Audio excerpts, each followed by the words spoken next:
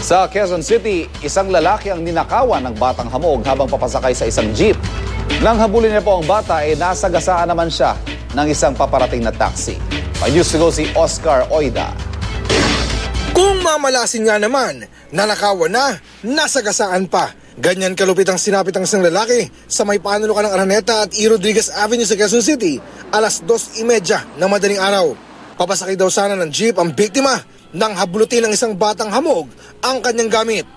Pasakay pa lang ng jeep tapos inisnatch ng bata yung wallet niya. Tapos tumakbo. Sa gustuang mabawi ang gamit, hinabol ng biktima ang batang hamog. Pero sa kasamaang palad, nasagasaan siya ng isang paparating na taxi.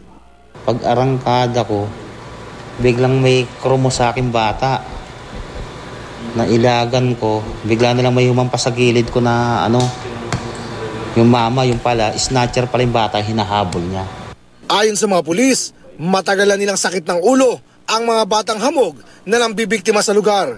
Estilo daw talaga ng mga ito na matapos mang-snatch, makikipagpatintero sa mga dumadaang sasakyan para makatakas. Yung mga ganyan kasing mga snatcher, yan kumbaga suicide yan . Importante sa kanila makatakas, no matter what, mabangga man sila or ano.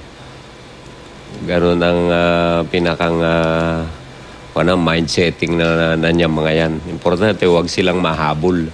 Naisugod na sa ospital ang biktima kung saan nananatili siya sa kritikal na kondisyon. Oscar Oida, GMA News.